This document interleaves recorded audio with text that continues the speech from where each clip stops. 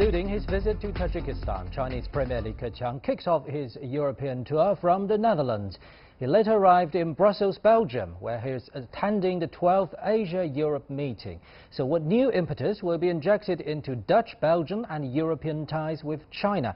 And how will Asia and Europe strengthen cooperation against the backdrop of rising unilateralism and protectionism in the world, mainly from the United States? To discuss these issues and more, I'm happy to be joined in the studio by Ms. Jingling from the China Institute of International Studies. We'll also be joined by Professor Joao Toca from the American Graduate School of International Affairs in Paris, and Mr. Fraser Cameron, who's the director of the EU Asia Centre in Brussels. That's our topic. This is Dialogue. I'm Pandong.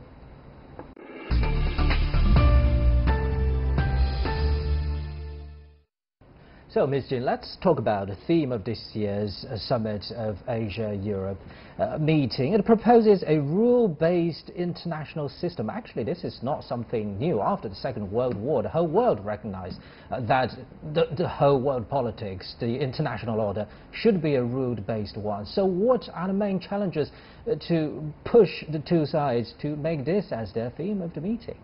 I think it's, if you consider the special international context, it's not difficult to understand why China and Europe put, and also Asia-Europe, to put the theme high on the agenda as a major theme of this year's summit meeting.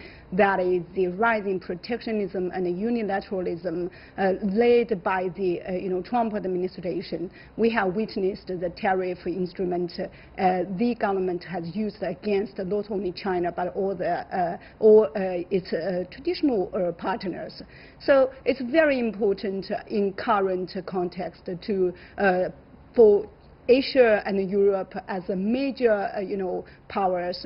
The Asian and European countries have accounted 70% of the world trade. So it's important for these two sides to jointly advocate the so-called open free trade and all those rule-based international systems. That's with very special significance if you consider current context. So having said that, from this year's meeting, the Asia-Europe meeting, have you seen any signs that two sides that made it very concrete that the two sides and they will join hand in hand to deal with this rising unilateralism and protectionism from the U.S.? You mean the U.S.? Is there any commitment from this year's meeting from the two sides? I think this year they will recommit the rules we have said, and also there will be more pragmatic cooperations to support the rule-based international system. So actions will follow. Yeah. What are those actions you're expecting? I think interconnectivity have been the keywords of these two sides in recent years, especially after the Chinese side has put forward the Belt and Road initiatives. That connectivity is actually related to the 5 areas we have said, not only policy coordination, but also, the infrastructure connectivity and also trade, investment, and people to people. So from these 5 areas of specific cooperations that are, I think, the major, message towards the world that Europe and Asia join hands to deal with the rising unilateralism, to support the free and open international world order. And during this year's meeting, the two sides also mentioned dealing with global challenges, not only those we just talked about, but also some non-traditional security challenges such as cyber security, terrorism, extremism. What are the developments on those ends? I think that that's highly related to what we have talked about. Interconnectivities could only be realized by fighting the common challenges like especially the cybersecurity issues. I think nowadays both sides have put the issue high on the agenda in order to make all the rule and based international order more sustainable. So that's an important aspect of the two continents cooperation. Right. For more on this, let's talk to Mr. Fraser Cameron in Brussels. So, Mr. Cameron, during his visit to Brussels, Chinese Premier Li Keqiang said China will continue to firmly support the solidarity, stability and prosperity of the European Union. So the big question is, What are the most worrying internal problems within the EU that requires commitments from China? Well, I think the big challenges are well known. Firstly, there's the migration challenge. Europe has taken in over 1 million refugees in the last 2 or 3 years, so absorbing that has led to a rise in populism throughout much of Europe. But these populist forces have largely been contained now, even though it's been difficult for centre parties to gain majorities in some member states. So I think that's just a situation we have to live with. Secondly, the economy has not been growing as fast as in other parts of the world. It's a respectable 2%, but it doesn't compare to 6% plus in China or 3% plus in America. So there are still economic issues to be resolved. And thirdly, of course, there is Brexit, how to resolve losing one of your important member states in a relatively painless scenario. It's obviously going to be a lose-lose situation for the EU and the UK, but the negotiations are still not over yet. So what about trade, Mr. Cameron? We know that China and Europe are now all at odds with the US on this specific issue. So can we build up this simple logic that when you're facing the same enemy, then the two sides would be friends? No, it's not as simple as that. I mean, China and the EU are friends and take the same position on a number of issues. Firstly, the principles of free trade. Secondly, on big international political issues like climate change and the Iran nuclear deal.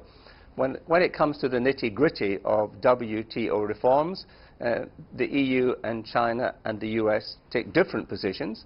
When it comes to the question of market access in China, the EU and the US are more on the same line. So it's like a three-dimensional game of chess where the different actors play on the board with different allies and opponents depending on the subject. But it's not just a case of 2 against 1 here.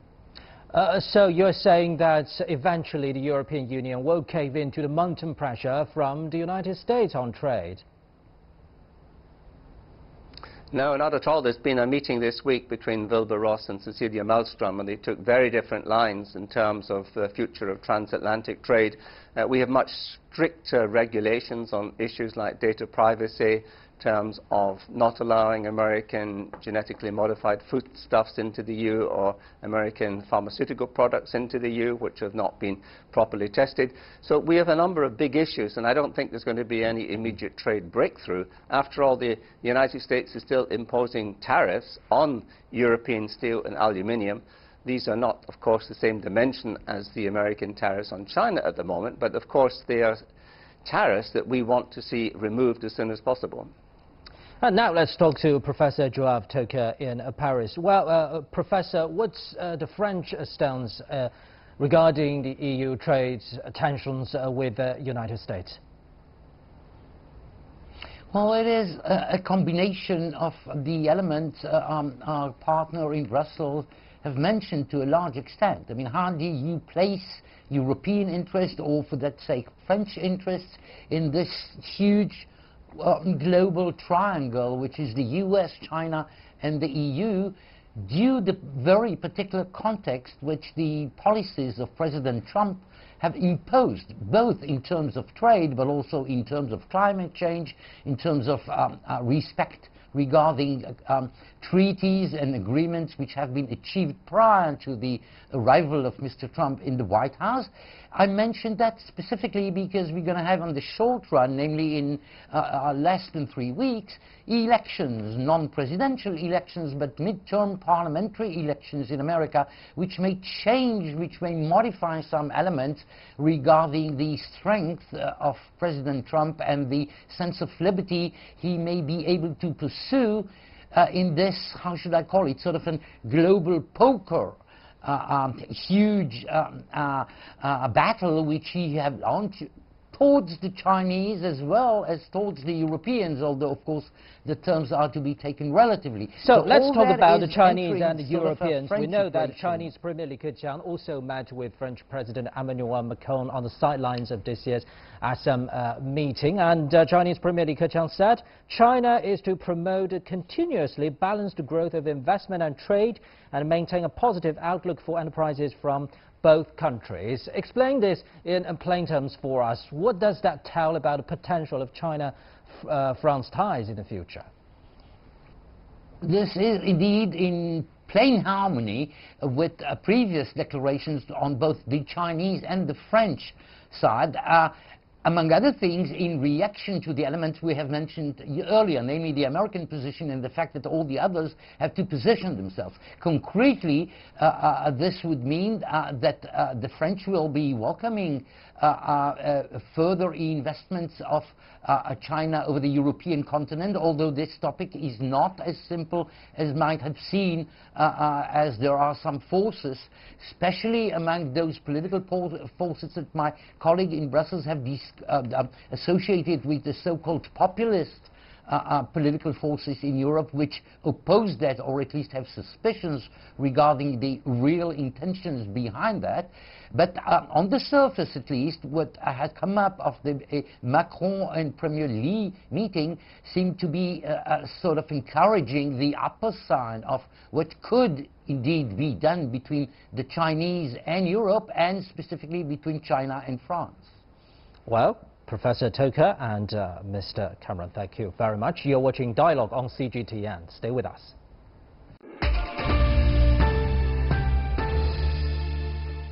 We just talked about trade, and we heard our colleagues in Europe talking about the potential of some bilateral ties and China-EU ties overall. So let's be specific on this. Talking about potentials, what areas will pivot China-EU ties in the near future, according to what you've been observing from Premier Li Keqiang's latest visit?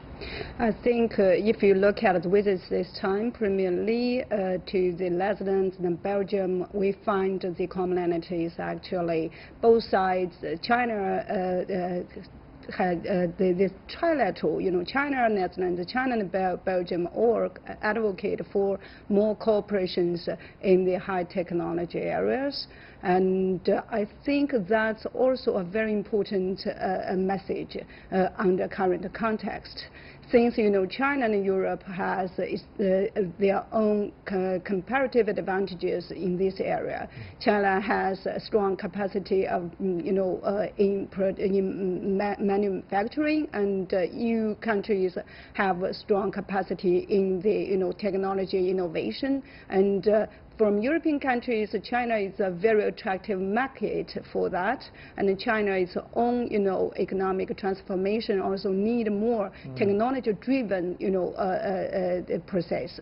So that offered a very big space for the cooperation.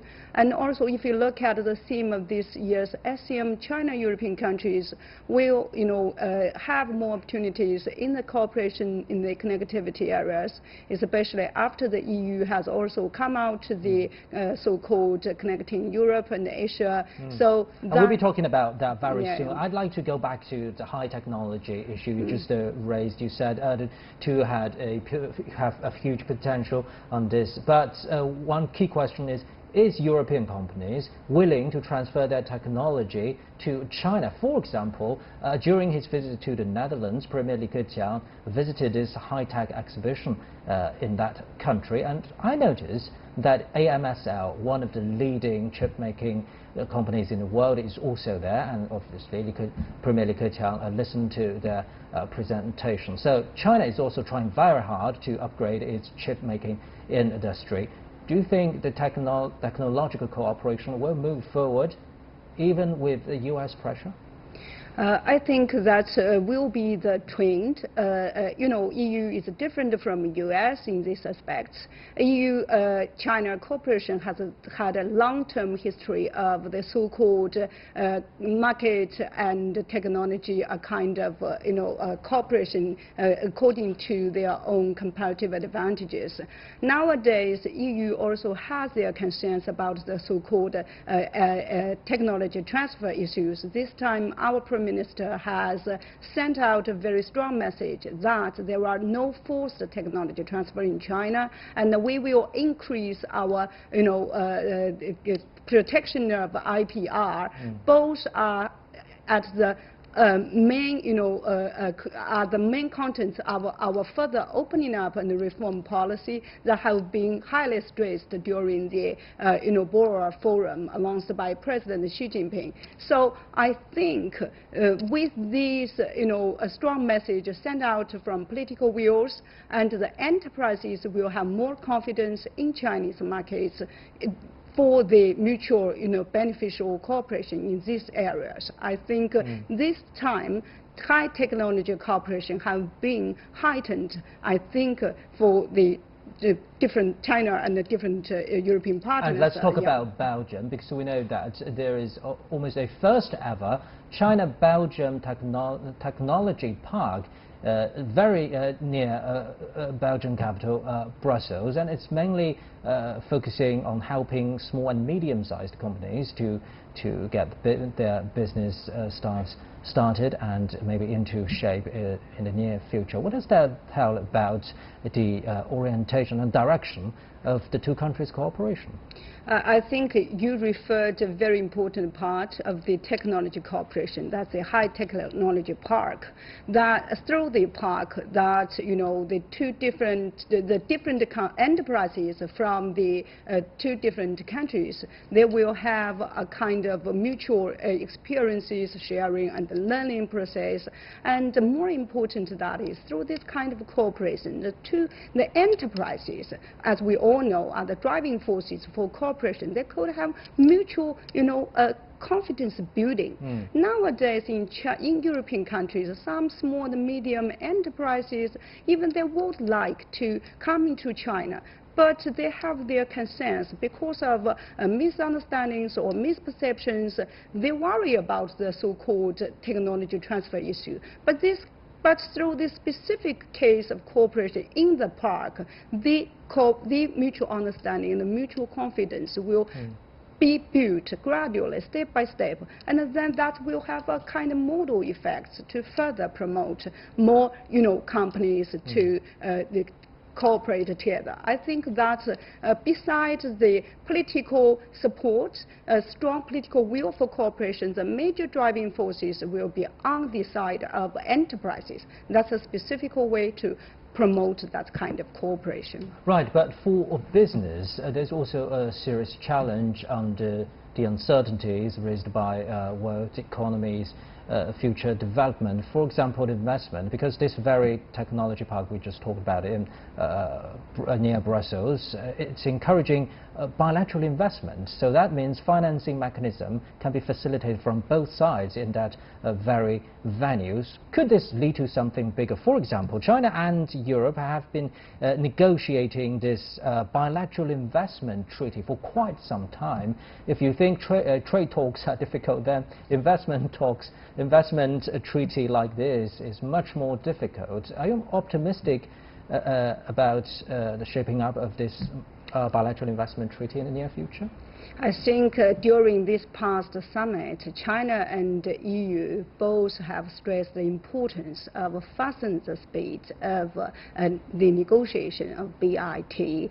But as we all know today, the complex, very complicated international situations, the rising, a kind of protectionism, as Cameron has said, because of the populist parties in European countries, that all add some uncertainty or difficulties for the maneuvering spaces for the two sides. But anyway, I think the issue have been high on the agenda, and from long-term, scenario, that's important not only for China but also for European countries.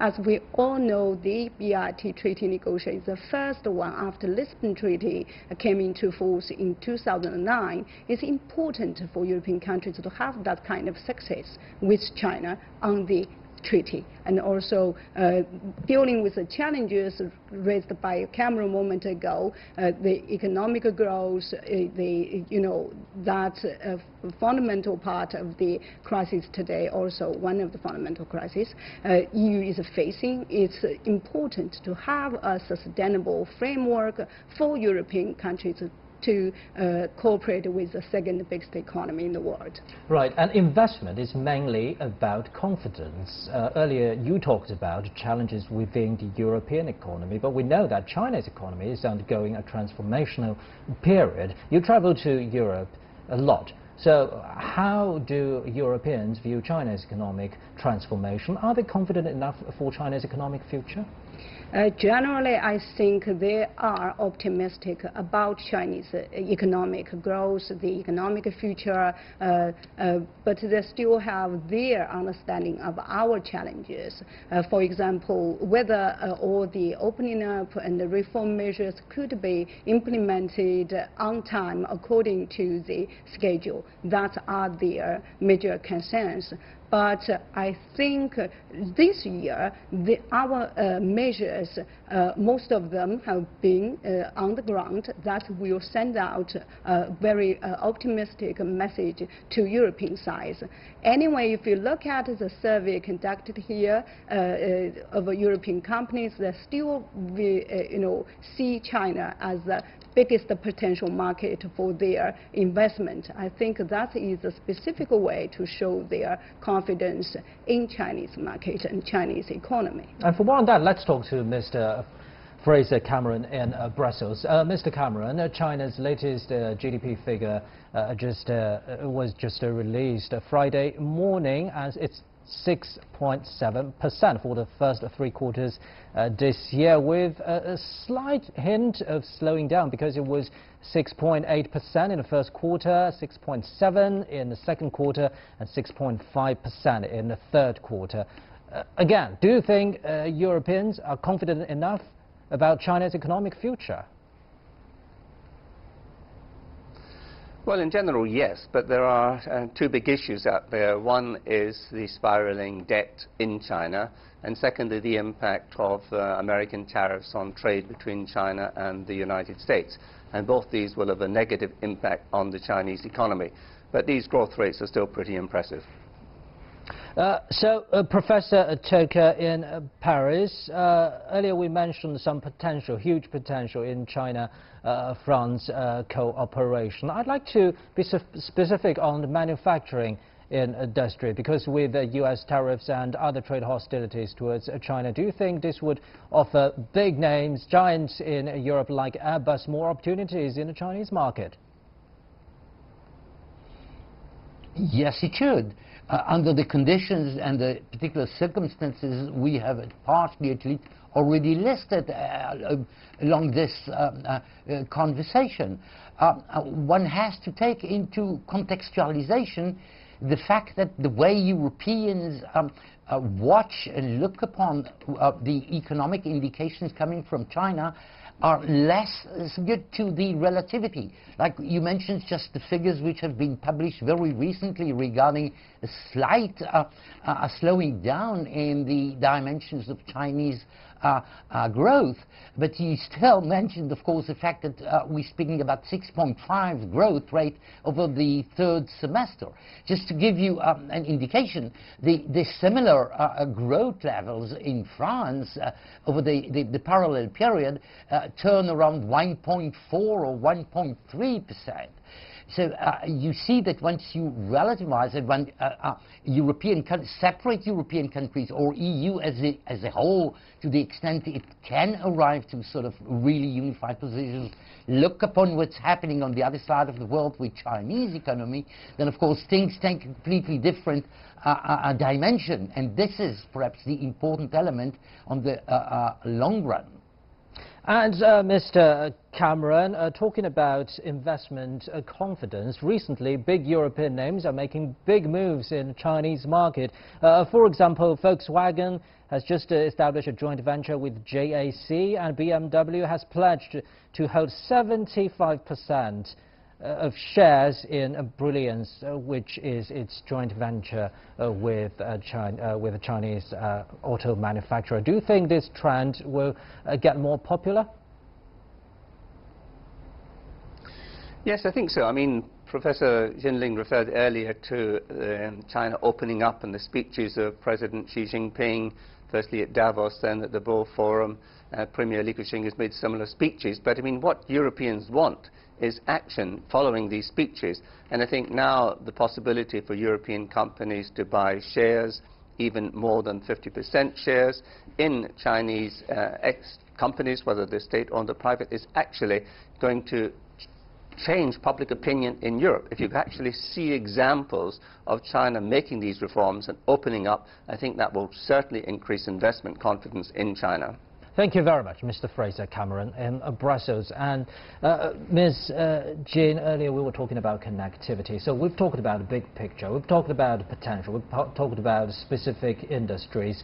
So where is the place for the Belt and Road Initiative in the future of China-Europe ties?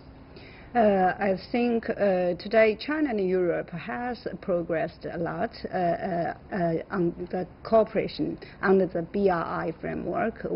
China and Europe has established the so-called connectivity platform, and that will, provide specific data for where we could cooperate.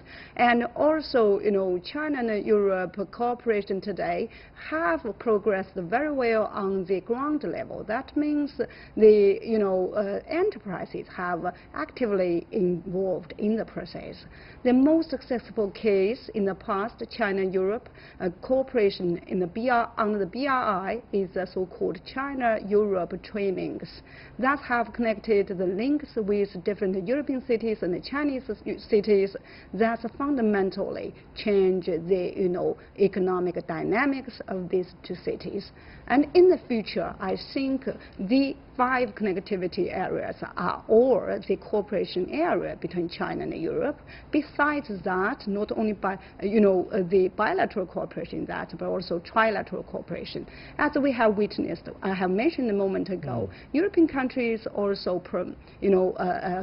published the new document to collect Europe and Asia. And Chinese, we have the BRI. I think next step, China it's and kind Europe, of a policy alignment from the two sides, right? You're right. Thank you very much, Ms. Jin from the China Institute of International Studies. And that's it for this edition of Dialogue on CGTN. I'm Pan Deng in Beijing. Bye-bye.